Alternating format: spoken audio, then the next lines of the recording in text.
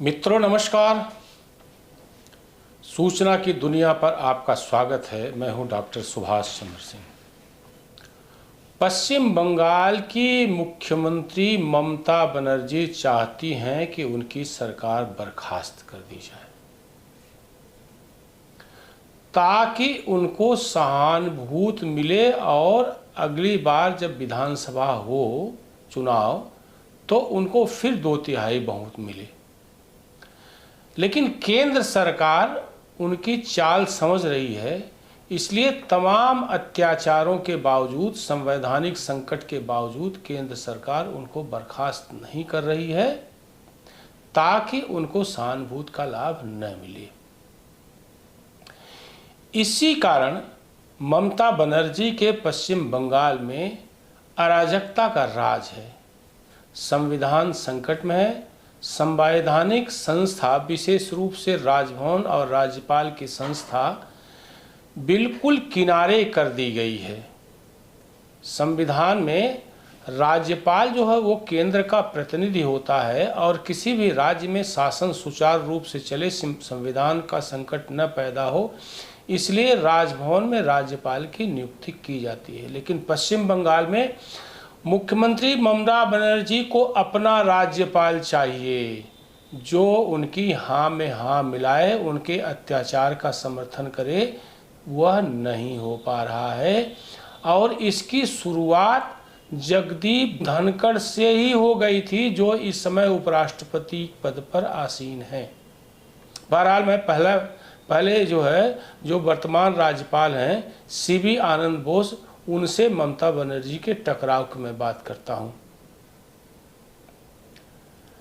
CB आनंद बोस ऐसे राज्यपाल हैं जो ममता बनर्जी के अत्याचारों का खुला विरोध करते हैं और पश्चिम बंगाल ऐसा पहला राज्य है जहां जीत के बाद भी राज्य सरकार के संरक्षण में हिंसा और अत्याचार होता है। चाहे 2021 के विधानसभा चुनाव के परिणाम के बाद की हिंसा हो या अभी लोकसभा चुनाव के बाद हिंसा की बात हो।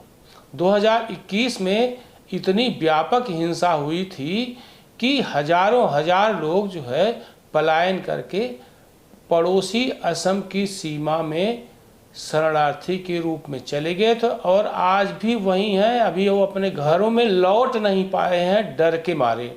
और उस समय के राज्यपाल जगदीप धनखड़ ने इसका विरोध किया और स्वयं जब पीड़ितों से मिलने पहुंचे तो उनको पीड़ितों से मिलने नहीं दिया गया, उनके काफिले को रोक दिया गया और जगदीप धनखड़ वहाँ से बैरंग वापस चले आए। ये है ममता बनर्जी। उनको लगता है पश्चिम बंगाल भारत से अलग है, वहाँ पर केंद्र का कोई हस्तक्षेप उन्हें बर्दाश्त नहीं है। जगदीप धनखड़ से 1 दर्जन से अधिक विवाद हुए थे और कई बार तो संवादहीनता जैसी स्थिति पैदा हो गई थी और केवल पत्रों के जरिए बात होती थी।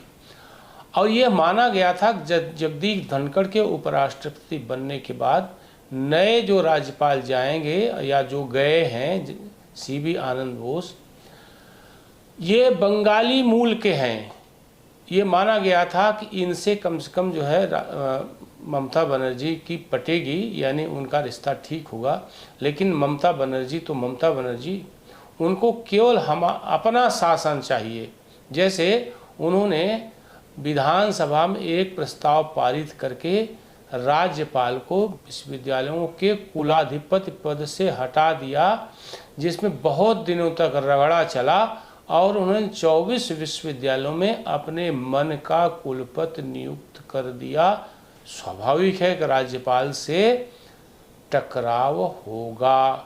फिर इधर एक ऐसा मामला आया, वो राज्य सरकार की कर्मचारी वो राज्यपाल से मिलने गई थी और लौट कर आई तो उसने कहा कि राज्यपाल ने उनसे छेड़छाड़ की। अब राज्यपाल पद जैसे गरिमामयी स्थान पर रहने के बाद सीबी आनंद बोस जैसा, जिसकी छवि बहुत अच्छी है और उनके जीवन में किसी भी तरह का दाग नहीं है, उन पर यह आरोप कोई मानने के लिए नहीं तैयार है फिलहाल उसकी जांच हुई, कई कर्मचारियों से पूछताछ हुई, वह मामला अभी भी तनाव का कारण बना हुआ है।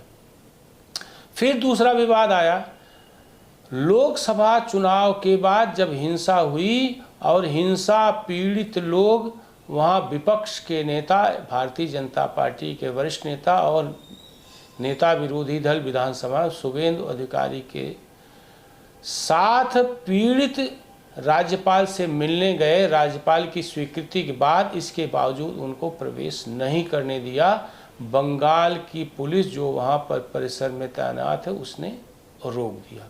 फिर इस पर जो है अलग विवाद शुरू हुआ।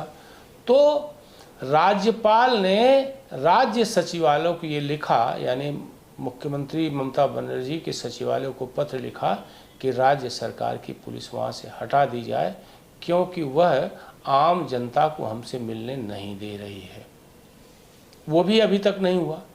2 दिन हो गया, अभी तक पश्चिम बंगाल की पुलिस वहाँ से नहीं हटाई गई। ये माना जा रहा है कि राजभवन में इसके माध्यम से ममता बनर्जी अपना दखल चाहती हैं, यानी राजभवन परिसर भी ममता बनर्जी के हस्तक्षेप से अछूता नहीं है। इसके अलावा कई ऐसे बिंदु हैं। संदेश खाली का मामला है, वहाँ पर जब मिलने गए भारतीय जनता पार्टी के नेता तो वहाँ पर धारा 144 लगाकर उनको बैरंग वापस कर दिया गया। अभी रविशंकर प्रसाद के नेतृत्व में एक प्रतिनिधिमंडल गया, बहुत मशक्क़त के बाद उसको मिलने का मौका मिला। ऐसे कई मुद्दे हैं, और कई मुद्दे क्या, मुद्दे ही मुद्दे हैं जिन पर ममता बनर्जी केंद्र सरकार से टकराव करने पर आमादा हैं। वह चाहती हैं कि राज्य सरकार को बर्खास्त कर दिया जाए, ताकि सहानुभूति के कारण उनकी स्थिति और मजबूत हो। लेकिन केंद्र सरकार बहुत सतर्क है। हालांकि वहाँ पर संवैधानिक संकट है और धारा 356 लगाने का पर्याप्त कारण है, लेकिन केंद्र सरकार धारा 356 यानी राष्ट्रपति शासन लगाने के विकल्प को अपवाद के रूप में लेती है और कोशिश ये करती है कि राष्ट्रपति शासन किसी भी प्रदेश में न लगाना पड़े, क्योंकि यह गलत परंपरा होगी। और ये सही है कि जब से नरेंद्र मोदी प्रधानमंत्री हुए हैं तब से 3-4 ऐसे राज्य होंगे जिसमें राष्ट्रपति शासन लगाना पड़ा, अन्यथा कभी राष्ट्रपति शासन जो है नहीं लगाया गया। तो पश्चिम बंगाल का राजभवन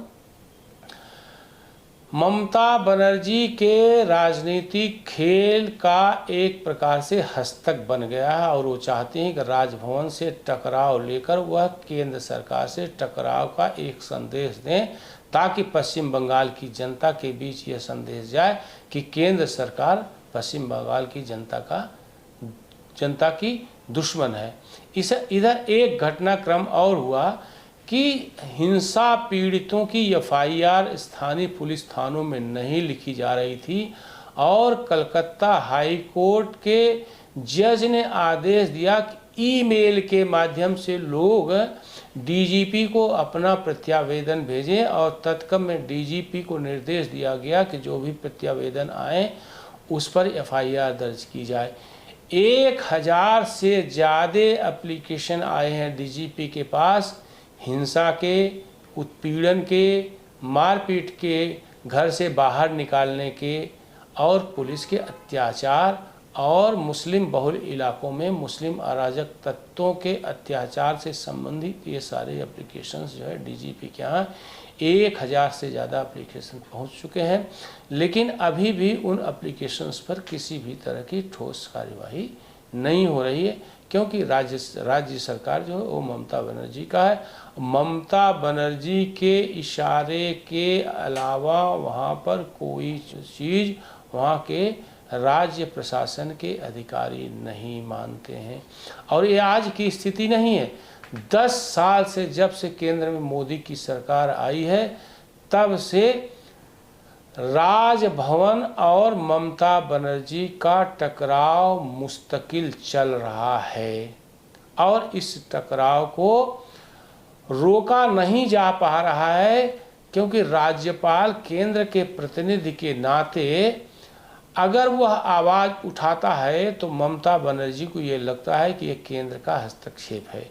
यानी केंद्र बनाम राज्य, मोदी बनाम ममता बनर्जी में मोदी को कमज़ोर करने के लिए और यह बताने के लिए कि पश्चिम बंगाल स्वायत्त है, यहाँ पर केंद्र का कोई हस्तक्षेप नहीं चलेगा। आप भ्रष्टाचार कर लीजिए, आप जो है वहाँ नोटों का पहाड़ मिले, ईडी जो छापा मारने गई थी उस पर जो है वहाँ के अराजक तत्वों ने हमला किया, सीबीआई पर हमला किया और उल्टे सीबीआई ईडी पर जो है वो वहाँ पर ईडी सीबीआई पर एफआईआर भी दर्ज की गई। पिछले दिनों पिछड़ों के आरक्षण में मुसलमानों की करीब 118 जातियों को पिछड़ों में शामिल करके 2011 से लेकर 2023 तक 5 लाख से अधिक मुसलमानों को पिछड़े वर्ग का प्रमाण पत्र दिया गया अवैधानिक तरीके से। हाई कोर्ट ने उसको निरस्त कर दिया। तो चुनाव के दौरान ये मामला हुआ तो ममता बनर्जी ने कहा कि हम इस आदेश को नहीं मानेंगे और मुसलमानों का आरक्षण जारी रहेगा और वह सुप्रीम कोर्ट जाएंगी। तो इस तरह की शासक जो है ममता बनर्जी हैं। हालांकि कम्युनिस्टों के 34 साल के शासन को मतलब शासन उत्पीड़न वाले शासन से लड़कर वह ममता बनर्जी आई हैं, लेकिन इनके शासन में उत्पीड़न, अत्याचार, हिंसा कम्युनिस्टों के शासन से ज़्यादा है और इन सब को छिपाने के लिए वह केंद्र से टकराव के मूड में हर समय रहती हैं। देखते हैं कब तक यह टकराव चलता है। फिलहाल इस एपिसोड में इतना ही। आप सभी लोगों से अनुरोध है कि जो लोग इस सूचना की दुनिया को देख रहे हैं इसको लाइक करें, सब्सक्राइब करें, कमेंट करें और शेयर करना न भूलें। आप सभी लोगों का बहुत बहुत आभार। आप इस YouTube चैनल को लाइक करिए, सब्सक्राइब करिए, कमेंट करिए और शेयर ज़रूर करिए।